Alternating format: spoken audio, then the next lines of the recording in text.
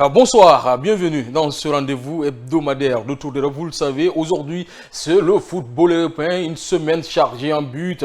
Les Guinéens d'ailleurs aussi brillé. Nous allons en parler dans cette émission. Justement, nous allons commencer avec ces Guinéens d'ailleurs dans le sommaire. Celta Vigo donne confiance à Moriba Kourouma. Nous avons assisté à une saison très rassurante pour le milieu de terrain depuis son arrivée dans le club espagnol. Une grosse signature pourrait se concrétiser dès cet été.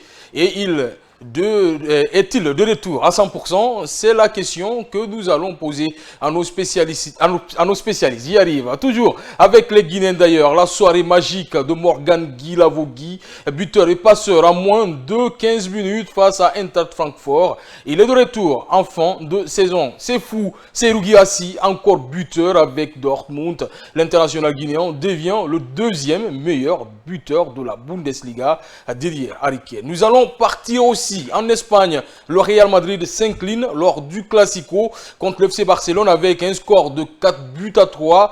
Quelle analyse peut-on tirer de cette rencontre captivante pour la course au titre? Suite de l'émission, bien sûr, World Sport qui suit TF1 dans cette émission Tour d'Europe. Et puis officiel, Xabi Alonso à Madrid en attendant sa probable nomination au poste d'entraîneur au Real Madrid.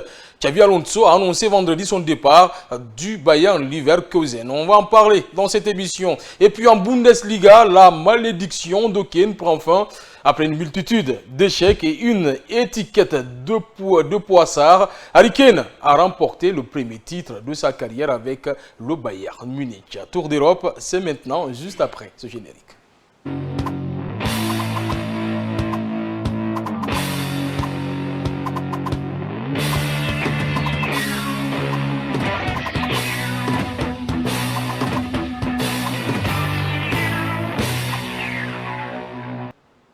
Encore une fois, bonsoir et bienvenue. Vous aimez le football européen, mais vous aimez aussi les Guinéens d'ailleurs qui explosent en Europe. On va justement commencer par ces Guinéens-là. Et aujourd'hui, on va commencer par Moriba Kourouma. Mais avant, on va faire le tour de la table qui est super garni. Un visage qui est revenu il y a un peu plus longtemps. Bon, d'autres qui sont là depuis un peu plus longtemps. Ils sont tous là pour vous servir. On va commencer par Babel Matou. Bonsoir, heureux de vous retrouver dans cette émission. Le sourire... avec un classico, avec beaucoup de buts, hein, on peut le dire comme ça. Ah non, je me sens tellement bien aujourd'hui que c'est encore un plaisir de se retrouver sur ce plateau et faire un débat sportif et puis très intéressant. On va terminer avec vos doyens, hein, parce que Passy, c'est votre doyen. Bonsoir Diakité, heureux de vous retrouver dans cette émission. Bonsoir Hassan et bonsoir à tous. Heureux également de voir l'enfant chéri de Koya revenir avec nous. Et il a tout de même beaucoup plus de passif avec le sport que vous. Hein. Attention, il est doyen par rapport à vous. Donc il faut l'accepter comme ça. Heureux de vous retrouver enfin Passy dans cette émission. Merci. Et Koya a vibré sur un plan bien défini, le football à la base. On peut le dire comme ça. J'espère que ça s'est bien passé. Oui, ça se passe bien. Bonsoir encore une fois. Merci encore de retrouver ce plateau aujourd'hui après un moment de délice, en tout cas au sein du football amateur, comme vous le dites ainsi. À Koya, oui, on est dedans.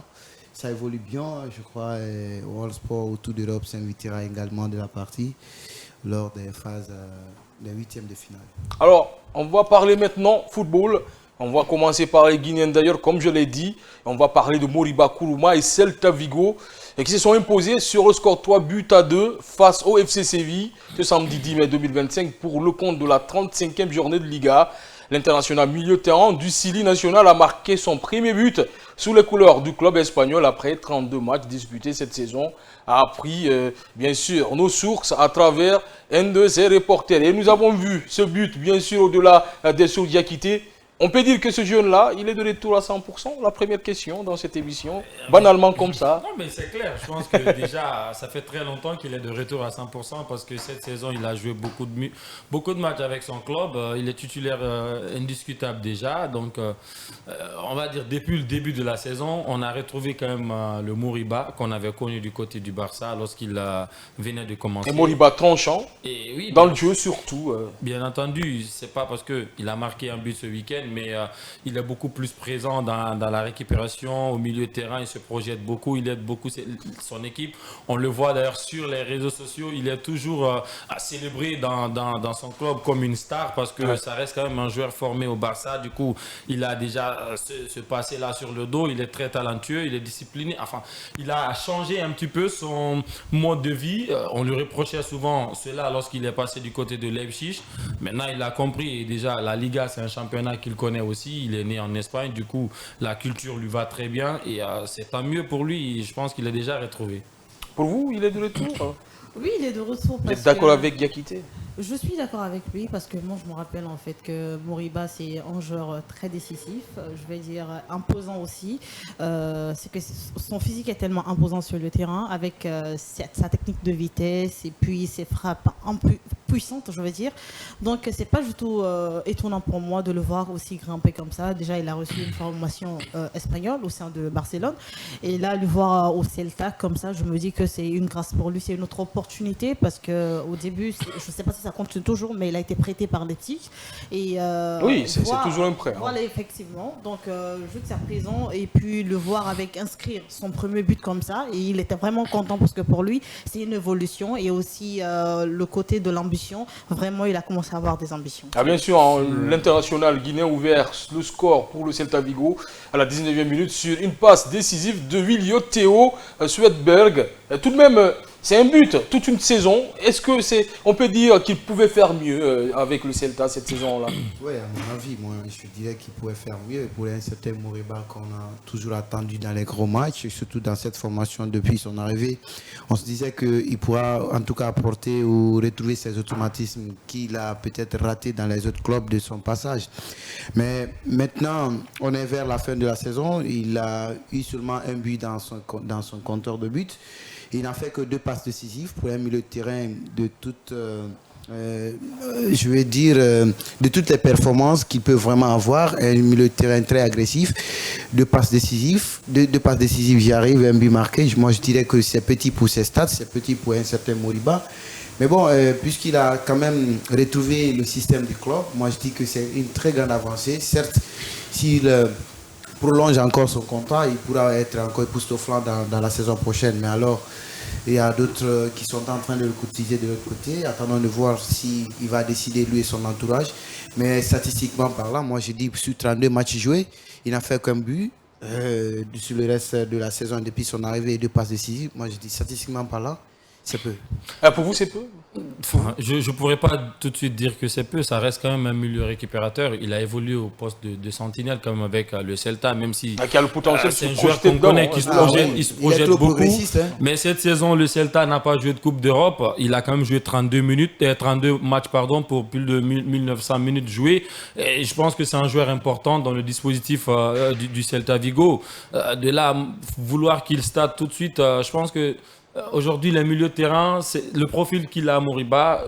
En tout cas, la responsabilité qui lui est donnée du côté de Celta ne lui permet pas beaucoup de se procurer des occasions. Vous dites qu'il est là pour se relancer. Non, mais récupérer des ballons, faire jouer les partenaires. On le voit, Pedri qui est... Lui, personnellement, vous dites qu'il est là pour se relancer. Non, mais pas pour des statistiques. Normalement, il est là pour se relancer. Maintenant, c'était d'abord avoir beaucoup de temps de jeu. C'est qu'il ne parvenait pas à avoir du côté de Leipzig. Quand il a été prêté, il était revenu une fois après reparti. Maintenant, cette saison, il s'est imposé. Il a eu beaucoup plus de temps de jeu. Je pense que c'est d'abord ça le plus important. Il est parvenu à un petit peu éviter les problèmes physiques parce qu'il était aussi quelquefois blessé, dû un petit peu à son hygiène de vie. Il a tout corrigé. Je pense que c'est bien parti pour lui déjà, vu qu'il vient de terminer une saison complète où il a joué 32 matchs quand même en Liga. C'est énorme pour lui, avec beaucoup de minutes, beaucoup de responsabilités. Je pense que c'était pour se relancer. Maintenant, à voir, comme on l'a annoncé au début de l'émission, des gros clubs vont certainement commencer à s'y intéresser parce que ça reste un joueur différent. Il a la qualité technique, il a l'abattage physique, il a la taille. Je pense qu'il est capable de faire. On le comparait d'ailleurs à Paul Pogba lorsqu'il évoluait du côté de la Masia. Oui, mais le Celta peut aussi lever l'option d'achat, même si vous n'êtes pas d'accord, avant de venir vers moi. En fait, on reconnaît toutes ses qualités, en tout cas, un certain Moriba. Moi, j'ai dit, en termes de performance, en tout cas, on attendait beaucoup plus de lui parce que Moriba étant un joueur formé au Barça, un joueur qui voulait vraiment être très convaincant dans le monde du football européen. Un joueur qui était beaucoup plus attendu même dans la sélection nationale, mais aujourd'hui qui est en train de retrouver peut-être quelques difficultés dans sa carrière. Sauf qu'il faut attendre à un moment. Beaucoup de difficultés d'ailleurs. Beaucoup de difficultés. D'abord, acheté par Leipzig, prêté dans un club, un autre club. C'est quand même fois, compliqué. Il a fait beaucoup de navettes entre les clubs. Mais maintenant, il faut attendre à mi-saison ou après le premier trimestre de la saison sportive et qu'il débarque également, qu'il atterrit au sein de Celta Vigo. Et maintenant, sur 32 matchs, on parle d'un but et on me dit qu'il a progressé. Non, mais aujourd'hui, le meilleur joueur de la Liga du mois d'avril, quand même, ce n'est pas comme s'il avait 6 passes D. Pedri, il n'a pas encore 6 passes D cette saison. Pourtant, il est quand même très important. Il est cité à chaque fois. Je pense que c'est ce genre de joueur qu'il est, Moriba. C'est un joueur aujourd'hui qui permet à un collectif d'être meilleur. On voit clairement un Moriba, un Celta avec Moriba et sans, c'est pas pareil. C'est quelqu'un qui est toujours dans le mouvement offensif. En tout cas, il est toujours dans les vérités offensives de Celta Vigo. Vous dites qu'il est un joueur récupérateur, mais il récupère, il est toujours dans ce mouvement. Mais sauf, il doit s'inscrire dans la logique des deuxième ballon pour pouvoir marquer parce que on attend beaucoup plus de lui. Sauf que c'est pas un numéro 10. Allez-y, Matou, rapidement. Ce dernier parcours de Ilex Moriba, ça n'a pas du tout été convaincant parce qu'on sait que même en sélection nationale, il a eu des problèmes là-bas parce que, comme il a dit, par rapport à son hygiène de vie et tout, son comportement et tout. Donc, je me dis que c'est pas parce que c'est un Ilex Moriba que nous sommes en train de parler de fait que les deux ou le but qu'il a inscrit au sein de Celta, que il est meilleur. Non, parce qu'on sait qu'un joueur de son calibre, parce qu'on a tendance quand même à voir. Attention, il a raison, c'est un milieu quand même qui récupère. Il n'est n'est pas là pour marquer des buts. Effectivement, donc c'est juste que c'est une porte d'ouverture et surtout, je veux dire qu'il y a une amélioration parce qu'un joueur qui a eu des difficultés en équipe nationale ici, parfois on n'arrivait même pas à le voir sur le terrain parce qu'il avait un mauvais comportement ou il n'avait pas du tout à dissocier son style de jeu à celui des autres, donc c'était compliqué. Et je me dis que c'est une grâce pour lui, une opportunité pour pouvoir se relancer cette fois-ci. Parce qu'on sait que Ilex Moriba, avec sa technique de vitesse, avec sans ou avec ballon, le ballon, je vais dire en fait... Avec ou sans le ballon. Effectivement, voilà, merci. Mais c'est quelqu'un qui arrive à progresser et puis agressif sur le terrain. Donc s'il a un problème aujourd'hui, je me dis en fait c'est juste une question de temps que ça va s'améliorer. Alors est-ce que le Celta peut bien lever l'option d'achat de Moriba? Est-ce qu'il va rester non, mais déjà le Celta est bien parti pour se qualifier quand même en Ligue Europa parce qu'ils ont 3 points d'avance quand même sur le 8e classement. Ça reste comme 3 journées. Ils peuvent à valider leur ticket pour la Ligue Europa. Peut-être que ça pourrait obliger le club à le garder vu que c'est un joueur de valeur aujourd'hui, à vouloir jouer les compétitions européennes. Surtout qu'il est une pièce maîtresse qui est le Celta Vigo cette année. Le plus grand changement dans sa carrière, moi je pense qu'il n'avait jamais fait une saison complète depuis son éclosion du côté du Barça. Cette saison, il a eu beaucoup de temps, il est dans un collectif, il est considéré comme l'une des pièces maîtresses de son équipe et ça c'est très important pour un joueur comme Moriba qui a besoin de confiance autour de lui, qui a progressé tactiquement, ce qui n'était pas le cas à un moment donné. Matou en parlait avec le Sili, c'est un joueur qui avait tendance à souvent tenir longtemps le ballon, à oublier les partenaires, sauf que cette saison, il a progressé dans ce sens. On l'a vu lors du match à Celta-Barcelone, où lorsqu'il affrontait le Real Madrid, il a sorti des très gros matchs, à beaucoup d'intensité. On disait souvent que c'est un joueur qui se fatiguait un petit peu plus tôt, sauf que cette saison, on a vu, avec beaucoup plus de temps de jeu, il a progressé, il a appris. Surtout qu'il est constant dans le jeu. Tactiquement, chaque match, il sort un match exceptionnel, même s'il ne met pas de but,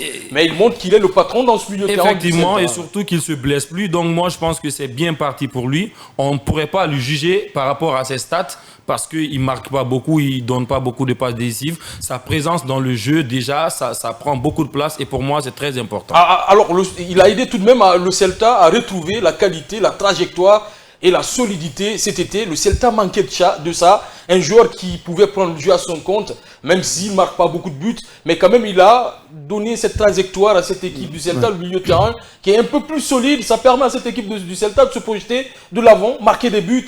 Et ce qui manquait à cette équipe, est-ce qu'il peut continuer sur cette même lancée en Moriba? Parce que c'est aussi la véritable question. Il peut exploser une saison. Et on ne le retrouve plus. Oui, au fait, c'est ce qu'il faut vraiment attendre de lui. Je crois le mercato où il a dit qu'il va se reposer, ça lui a beaucoup donné de réflexion et aussi d'engagement. Comme on dit souvent que le repos est réparateur. Et aujourd'hui, il est sur cette dynamique. Moi, je suis tout à fait d'accord avec il est réparé pour vous. Oui, il s'est réparé. Et parce qu'il avait refusé la sélection, la dernière sélection. Ah ben on sait pourquoi il a refusé la sélection. Et voilà, pour se concentrer sur vous la voulez attaquer, je sais, mais on n'attaque personne. Je n'attaque pas. Vous comprenez un tout petit peu. En tout cas, il avait refusé le regroupement du Sili pour au fait se concentrer. Aujourd'hui, il s'est concentré. Il a eu le temps de jeu. Il a été tellement décisif dans la charnière défensive également de Celta. Et aujourd'hui, il est en train de retrouver l'ascension de sa carrière au sein de ce club. Je crois que la force du gars aussi, il peut jouer relayeur entre le milieu et la défense. C'est polyvalent, c'est qu'il peut réussir s'il se concentre dans une équipe de football, que ce soit en Europe ou dans l'équipe nationale. Parce que cette équipe du Sili en a très bien besoin au sein du Rouge Vert. Mais ça aussi, c'est d'autres débats. Ces qualités, on en a forcément besoin au sein de l'équipe nationale. En tout cas, ce qu'il est en train de proposer aujourd'hui au sein de Celta, on est en train de retrouver un Moriba qui vient du Barça, un Moriba qui voulait être dans les années antérieures une grande révélation du football européen, surtout en tant que joueur africain. Et aujourd'hui, s'il retrouve ses automatismes en tant que joueur très décisif, surtout dans la charnière défensive, je crois qu'il va retrouver la carrière de certains défenseurs comme un certain Rudiger, même si parfois il est défenseur, mais statistiquement, il marque beaucoup plus de buts. Et puis, il est aussi décisif dans ses actes. C'est le Real aussi. C'est différent du Celta. Allez-y. Certes, parfois on a l'habitude de dire oui, on ne l'a pas appelé, mais moi je me dis en fait, Ilex Moriba avec la précédente équipe, on arrivait plus à le voir sur le terrain dans le jeu. Lequel des équipes? Je veux dire avec Kabagaora. Certes, c'est pas le débat, mais il faut le allez-y. Voilà, c'est vraiment triste, je vais dire, de ne pas le voir cette fois-ci, même si on n'a pas été à la CAN. De gratter quelques secondes. Ouais, même si on n'a pas été à la CAN, mais j'aimerais vraiment le voir dans la phase éliminatoire et tout, pour pouvoir quand même continuer à le voir jouer et puis imposer son style de jeu au sein de cette sélection guinéenne. Mais malheureusement, ça n'a pas été comme ça. Mais oui, tu voulais dire quelque chose. Voilà, donc c'est pas parce que en fait que c'est un jeune qui n'a pas du tout explosé en fait en matière de statistiques que c'est un mauvais joueur. Non, parce que là, on a vu sciemment en Afrique, dans le monde entier, tu es bien, mais en matière de statistiques, c'est un peu moyen. Mais au fur et à mesure, on lui donne l'opportunité de continuer. Avec Celta, je suis sûre et certaine que ça peut y arriver. Et comme tu l'as dit, concrétiser au niveau de ce club, c'est bel et bien possible. Il a eu toutes ses chances avec le Sili National Guinée. Et aujourd'hui, on se pose la question, pourquoi ce joueur de la Masia, qui avait un bel avenir devant lui, n'explose pas, que ce soit en équipe nationale ou dans les clubs européens. Non. Il était parti pour être l'un des plus grands en Afrique. Aujourd'hui, moi je pense que ce qui a changé dans sa carrière, c'est que parfois il faudrait comprendre aussi que quand on rencontre des difficultés, accepter de descendre un petit peu plus bas, se relancer pour aller encore plus loin. Est-ce qu'aujourd'hui Moriba il réussit à faire le problème, c'est qu'en Afrique, lorsqu'un joueur est éclos et que c'est un joueur très talentueux, très technique, on a souvent tendance à l'utiliser dans des postes de milieu tellement offensifs. On veut tout de suite qu'il brille, qu'il marque des buts. Aujourd'hui, on a vu Moriba avec le Celta Vigo, le coach qui a compris comment l'utiliser avec tout son talent. Il a fait reculer, il récupère des ballons, il distille, il donne des passes, il donne des transversales, il bonifie un petit peu le jeu de son équipe. Je pense qu'aujourd'hui, si on veut tirer le meilleur d'un joueur comme Moriba, il faudrait aussi qu'on accepte de le faire reculer un petit peu au milieu de terrain, lui permettre de s'épanouir, mettre des joueurs qui travaillent un petit peu à côté pour qu'ils récupèrent ensemble des ballons. Il va beaucoup plus s'épanouir. Un joueur comme Moriba, je fais la comparaison, je ne dis pas qu'il a la même vision que Pedri par exemple, mais Pedri aujourd'hui cette saison, c'est l'un des joueurs qui récupère le plus de ballons du côté du Barça malgré toute sa palette technique, et c'est le joueur qui bonifie le jeu lorsqu'il est absent. On sent tout de suite qu'il n'est pas là. Moriba. Non, je pense qu'aujourd'hui il a pris cette dimension-là avec le Celta, que lorsqu'il est absent, ça se sent dans le jeu du Celta avec la récupération, la distribution de ballons. On l'a fait reculer, il joue plus comme un milieu 10, il est un petit peu box-to-box comme Bellingham l'était du côté du Borussia Dortmund. Et moi je pense qu'aujourd'hui c'est le meilleur système dans lequel il doit évoluer. Et pour le Sili, pour vous, où le placerez-vous? Est-ce que pour vous, c'est l'avenir de ce milieu de terrain du Sili national. C'est le présent et l'avenir. Aujourd'hui, on a Abdoulaye Touré qui a quand même essayé à changer un petit peu quelque chose au sein du milieu, mais c'est un joueur, on le sait, il est un petit peu vieillissant, il est trentenaire maintenant. Il y a Seydouba qui est là, qui lui aussi n'est pas mal dans son club. Et Moriba, ce sont des jeunes joueurs. Normalement, il devrait être capable aujourd'hui parce que malgré son jeune âge, il est quand même rentré en sélection, ça fait plus de 2-3 ans maintenant, donc il a un petit peu pris du gage. Il devrait pouvoir désormais mieux s'exprimer en sélection, mais faut-il qu'il y ait également le coach parfait pour l'aider. Ça reste un jeune joueur, il faut l'aider à progresser, lui montrer ses positionnements. On a vu des joueurs, par exemple, avec l'équipe de France, qui quand ils viennent en sélection, Didier Deschamps, par exemple, avec Blaise Matuidi, il l'a mis sur le côté pour permettre à l'équipe d'avoir un équilibre parfait. Je pense que c'est le cas aujourd'hui avec Moriba. On ne peut pas tout de suite dire que parce que c'est un joueur très talentueux qu'il faut le mettre devant. Ça peut aussi pénaliser et pourquoi pas un petit peu chambouler l'équilibre de l'équipe. Alors, au classement, le Celta Vigo se positionne au 7e rang avec 42 points au compteur, tandis que le FC Séville occupe la 16e place avec 36 unités. Nous allons continuer cette émission avec un autre Guinéen d'ailleurs. Nous allons partir en Bundesliga. Une soirée mémorable pour Morgan Guilavogui et Sampoli qui ont arraché un précieux nul sur la pelouse de Francfort, 2-2. Buteur et passeur, le Guinéen a été contraint de sortir prématurément après avoir ressenti une gêne musculaire. Je vous rassure que ce n'est pas un problème, il va revenir rapidement. Notre Morgan Guilavogui, à peine remis d'une longue blessure, Morgan Guilavogui a de nouveau prouvé son importance pour son équipe, a marqué un but passi et une passe décisive. C'est quand même costaud. Nous qui nous disions, on a besoin des joueurs de flèche. Il y a un qui explose, Morgan Guilavogui. Oui, Guilavogui, on sait que c'est un joueur qui a des potentiels très titanesques parce qu'on se rappelle lorsque la Guinée l'avait découvert également, c'est lors d'une campagne africaine, on a vu un certain Guilavogui qui a donné de l'espoir, mais tout dernièrement, il a disparu des radars. Mais aujourd'hui, parce que. Oui, cela est dit, il y a beaucoup de choses. Comme toujours. C'est la Guinée, quoi. En fait. Guinée, ouais. Vous comprenez un tout petit peu. Mais ça augure bien parce qu'on a besoin de ces qualités-là au sein de notre équipe nationale. Et certes, ces joueurs qui sont en train, ces Guinéens d'ailleurs qui sont en train de époustoufler également dans le football européen ou dans leurs clubs respectifs, ils sont en train de nous démontrer en tout cas ce qu'il en est ou ce qu'il peut vraiment apporter à la Guinée. En tant que dirigeant guinéen, c'est le moment de faire dénicher ces qualités-là, pas en pléthore, mais les qualités qu'il faut aller rechercher et puis voilà, reverser dans l'équipe nationale pour pouvoir vraiment sortir la tête dans l'ornière. Guilavogui, vous parlez de lui, mais c'est un joueur de toutes les qualités. Vous avez vu la performance lorsqu'il a délivré cette passe décisive, mais aussi le but qu'il a inscrit. Mais c'est un but très magnifique et puis il a fait avec de l'intelligence parce que il faut avoir une certaine tranquillité dans la tête en tant que joueur de flèche, en tant qu'un attaquant pour pouvoir vraiment mettre ce ballon dans les mailles du filet. À mon avis, je dirais que c'est une qualité exceptionnelle. J'y arrive. Il faut vraiment la rechasser et puis maintenir le même jeu. C'est seulement son 7e but cette saison alors qu'il était blessé et sa 4e passe décisive.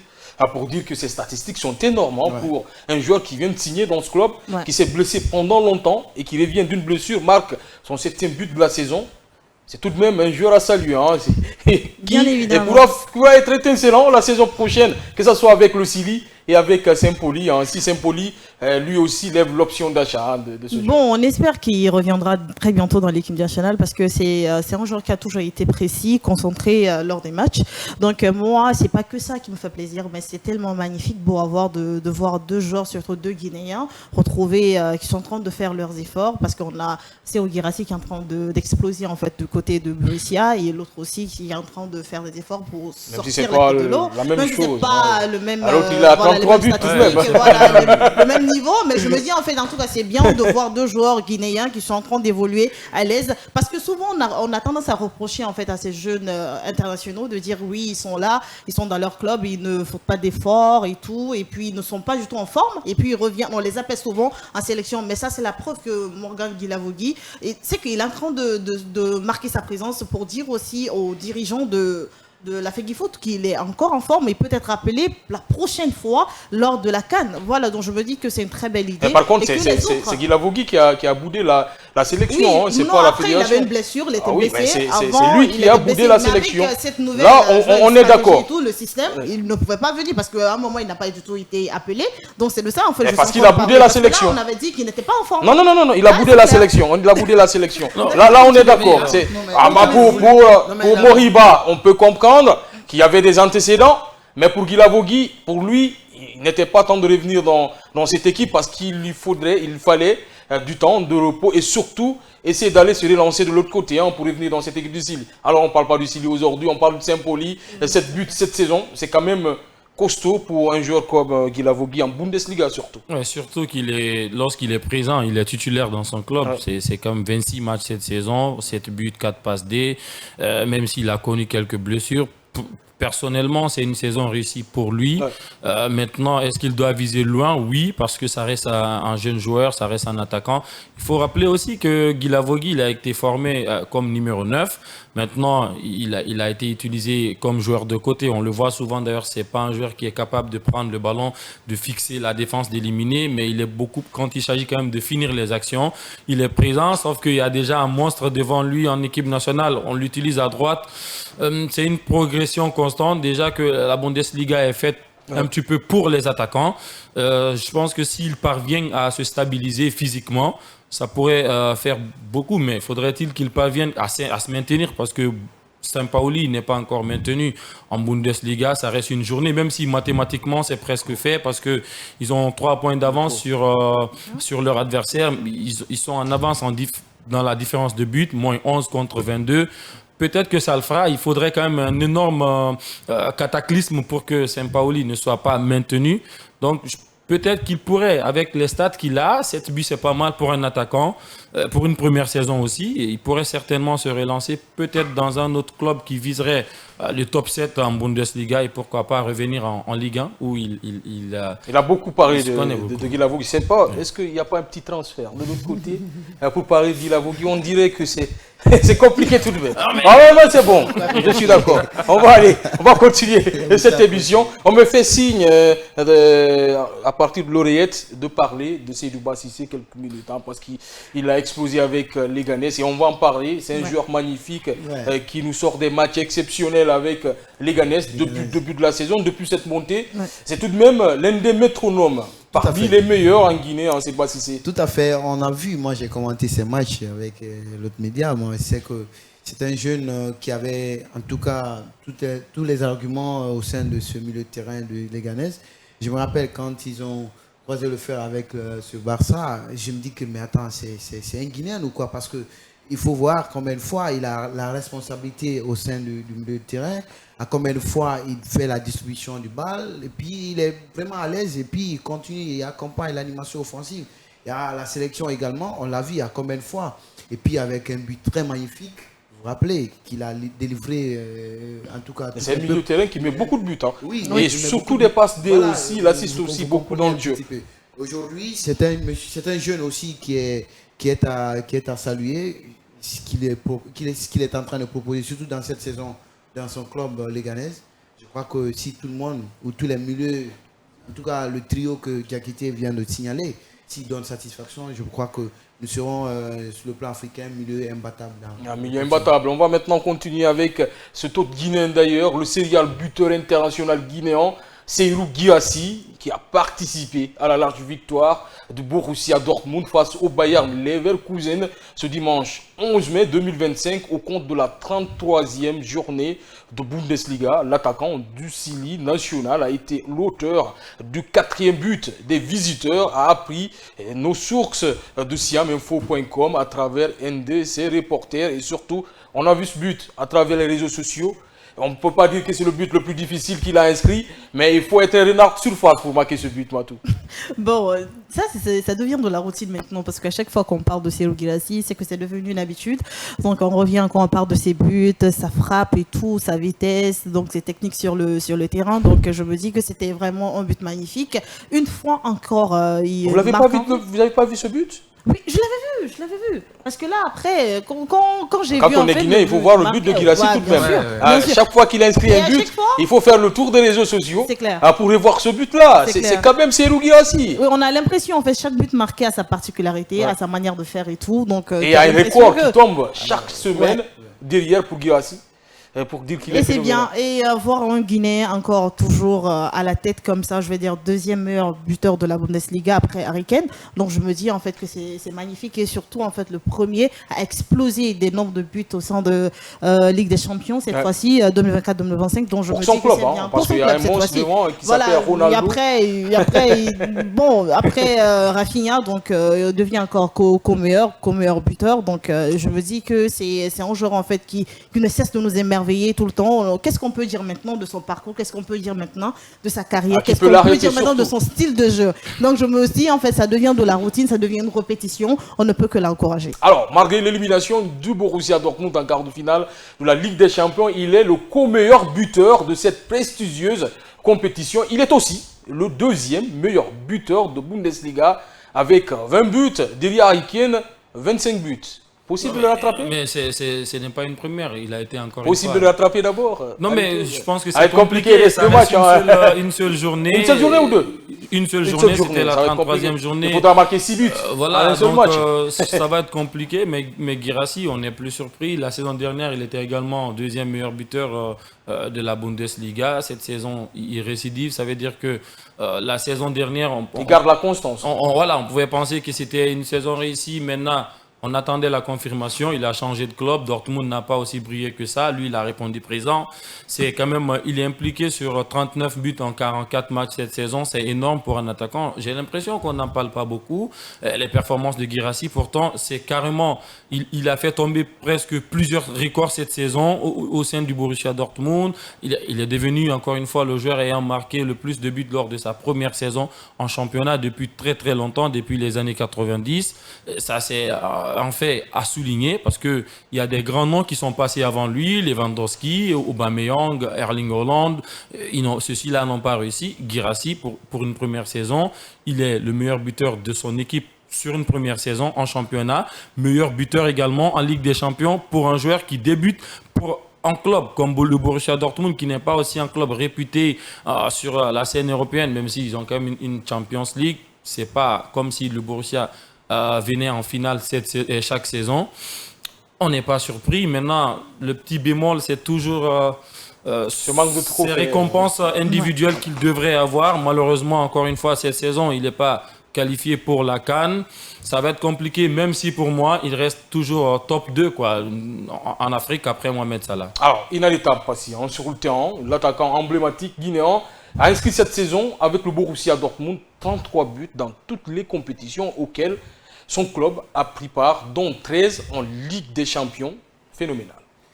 Il est phénoménal. À chaque fois que vous parlez de lui, même quand moi je ne suis pas là, mais je suis fier parce que c'est les Guinéens qui parlent de Guinéens aujourd'hui qui est en train de faire beaucoup plus de sensations et puis qui est en train de bousculer la hiérarchie européenne, surtout en matière d'attaquant.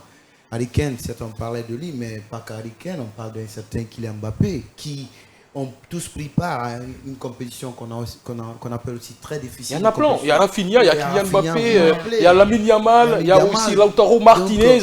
On oublie lui aussi qui marque des buts. Quand Guirassy tire son épingle parmi ces grands-là, et on n'en parle pas trop, c'est vraiment vexant pour un joueur de son importance dans cette équipe de Borussia. Je suis tellement fier de tout le monde, de tous les journalistes qui parlent de lui, surtout sur nos online sport également du pays, mais aussi à l'international. Parce qu'aujourd'hui, ce qu'il est en train de faire, je dis encore, j'insiste et je persiste, aujourd'hui, beaucoup d'attaquants africains vont évoluer sous son ombre parce que maintenir ce cap, mais aussi consécutif, parce que l'année dernière, il a été encore deuxième meilleur buteur derrière le même attaquant. Et cette année encore, il est en train de bousculer. Certes, s'il n'avait pas été minimisé également par son entraîneur après le mercato, avant le mercato, j'y arrive, il allait aussi te rattraper Harry Kane. Mais aujourd'hui, certes, il a été minimisé, mais il essaie de délivrer Dortmund en des situations aussi très difficiles, mais donner de l'espoir. Mais il se fait aussi une carrière, mais aussi un chemin très lumineux, mais aussi personnel, parce qu'il va augmenter ses codes marchands. Parce que Il les a déjà augmentés. Aujourd'hui, d'ailleurs, c'est très rare de voir aujourd'hui un attaquant en Europe qui déçoit très rarement. Ouais. Et Guirassy fait partie de cette trempe-là. Aujourd'hui, Guirassy, à chaque match qu'il joue, s'il ne marque pas, mais il est toujours décisif. Ouais. Il fait marquer, il fait jouer ses partenaires. Il a une palette beaucoup plus large. C'est très rare. Moi, depuis, franchement, Karim Benzema, je le dis, depuis Benzema et Roberto Firmino, j'ai rarement vu un attaquant aussi complet que Guirassy. Il est très rapide, il est capable de décrocher, de faire jouer ses partenaires, de marquer de la tête. C'est un attaquant beaucoup plus complet. Il est un petit peu victime, on va le dire, lui-même il l'a dit, il est un petit peu victime peut-être de son passeport. Aujourd'hui, on n'en parle pas assez, mais ça reste quand même l'un des meilleurs attaquants européens depuis quasiment 2 saisons. On oublie un petit peu qu'il a quand même sauvé le club de Stuttgart de la relégation, où il a signé en janvier. Il marque 14 buts en Bundesliga, où il inscrit 5 buts lors des barrages pour empêcher le Stuttgart d'être relégué. Il marque un doublé à l'aller, un triplé au match retour. Et la saison suivante, il explose, il inscrit 28 buts. Et cette saison, il change de club, il vient au Borussia Dortmund. C'est quand même 20 buts en championnat, 13 en Champions League, c'est énorme. J'en ai rarement vu un attaquant aussi constant. En tout cas, 3 saisons de suite pour un attaquant. Et aujourd'hui, on n'en parle pas. Il a manqué d'être présent lors du Ballon d'Or dernier des 30 nominés. Cette saison, il est bien parti pour être parmi les 30 nominés. Cette saison, peut-être on le verra. On le verra clairement. On ne peut pas terminer meilleur buteur quand même de la Ligue des Champions et ne pas être parmi les 30 nominés, même si il n'a pas remporté de trophée, on va le dire encore une fois. Ça va être compliqué pour le Ballon d'Or africain parce qu'il n'a pas de trophée collectif. Voilà, il n'est pas qualifié pour la CAN. Hakimi, qui lui pourrait pourquoi pas lui passer devant s'il parvient à remporter la Ligue des Champions. Mais jusque-là, je pense que le seul joueur qui pourrait être devant lui, c'est Mohamed Salah. Alors, ces réalisations ont permis à Guirassy de figurer parmi une nouvelle fois sur la liste du 11 de l'équipe type de Bundesliga. On va continuer cette émission, on va filer en Espagne rapidement parce qu'on n'a plus assez de temps. Décidément, on va en parler parce qu'on a suivi un classico énorme. Suite et fin du feuilleton classico. Le matin, on avait commencé avec vous, Souaibou, et bien sûr, Yann qui n'est pas avec là, avec Amadou Mazor Diallo. Avec le FC Barcelone, on a du mal à compter les buts, comme on a du mal à compter les matchs de légende après la double confrontation délirante contre l'Inter Milan 3-3, après 4-3. Et puis, les Blaugrana ont bien relevé la tête en dominant le Real Madrid dans un nouveau classico à 7 buts. 4-3, le deuxième cette saison après la Super Coupe d'Espagne.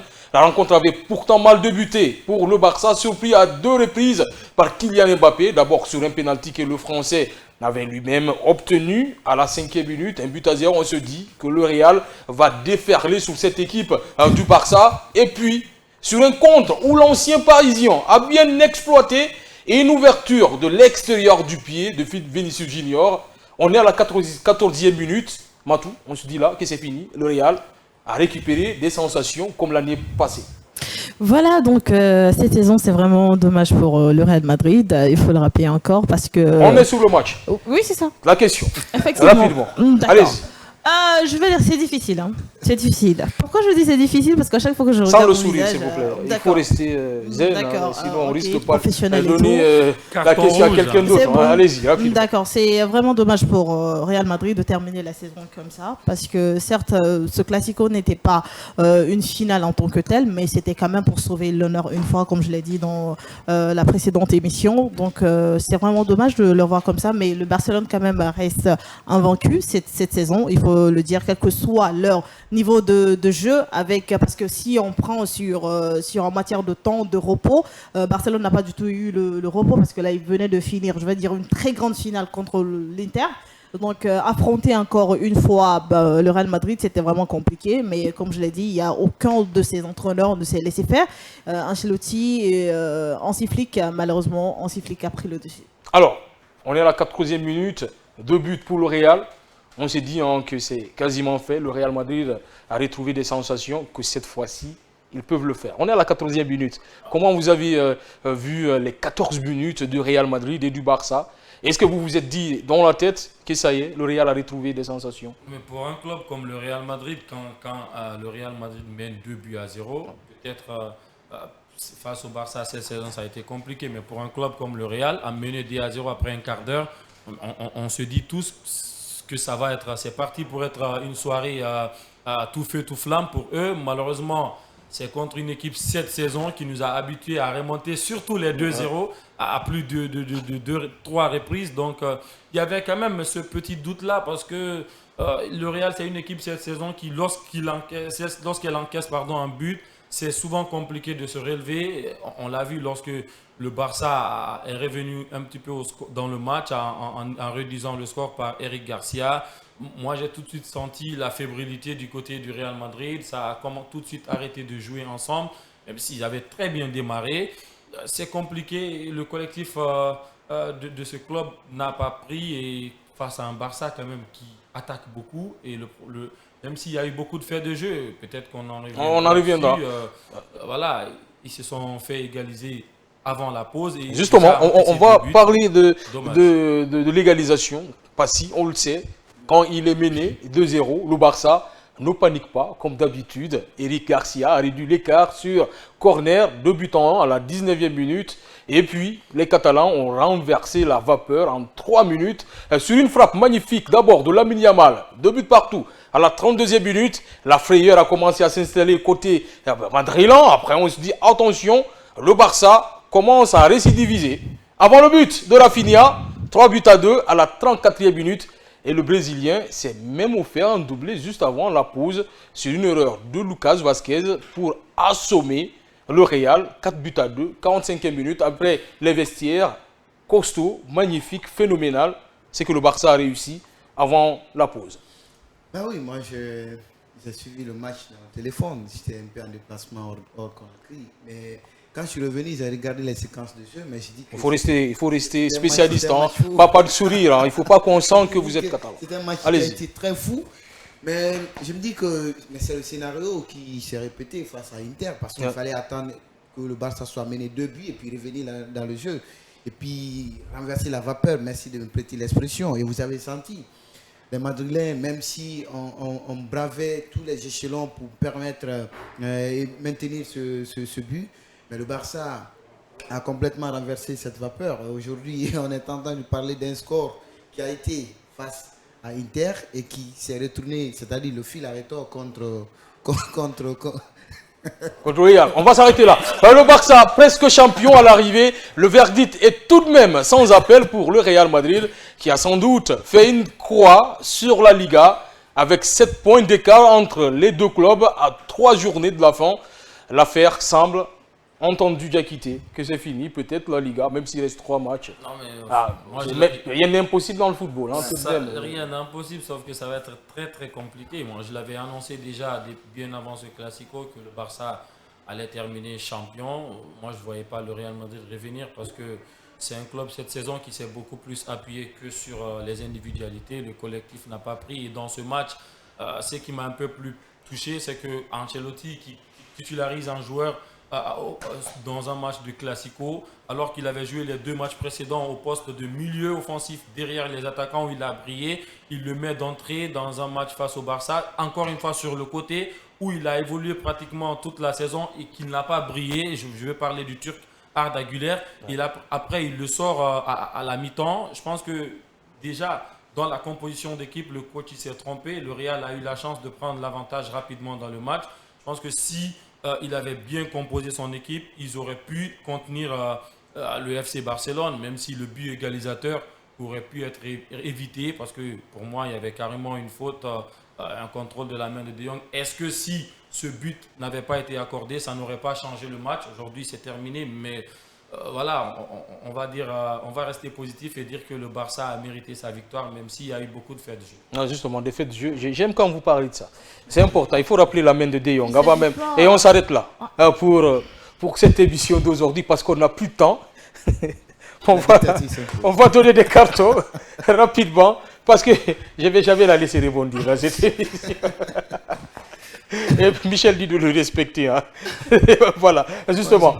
Un carton. Le carton pour vous moi, je donne un carton vert à Ruben Amorim pour la qualification en finale du Europa, même si ça ne prend pas en championnat, c'est 17 défaites pour Manchester United en Premier League. C'est tellement dommage pour ce club de grand calibre qui méritent pas. C'est normal, vous êtes mancunien. Allez, juste à côté, moi, pas si. moi, je donne un carton rouge à l'arbitrage espagnol qui donne des mots de tête. On se dit qu'ils sont en train de s'exposer également aux vies au sein des autres championnats qui veulent vraiment se montrer très crédibles.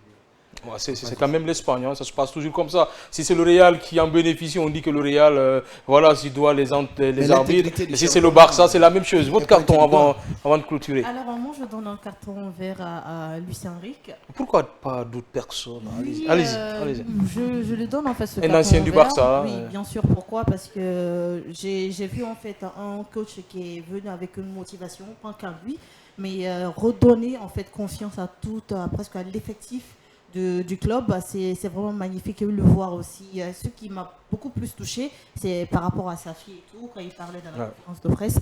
Donc je me dis que c'est quelqu'un qui a pris ça sur lui et puis il a promis en fait cette finale à sa petite fille et paix à son âme.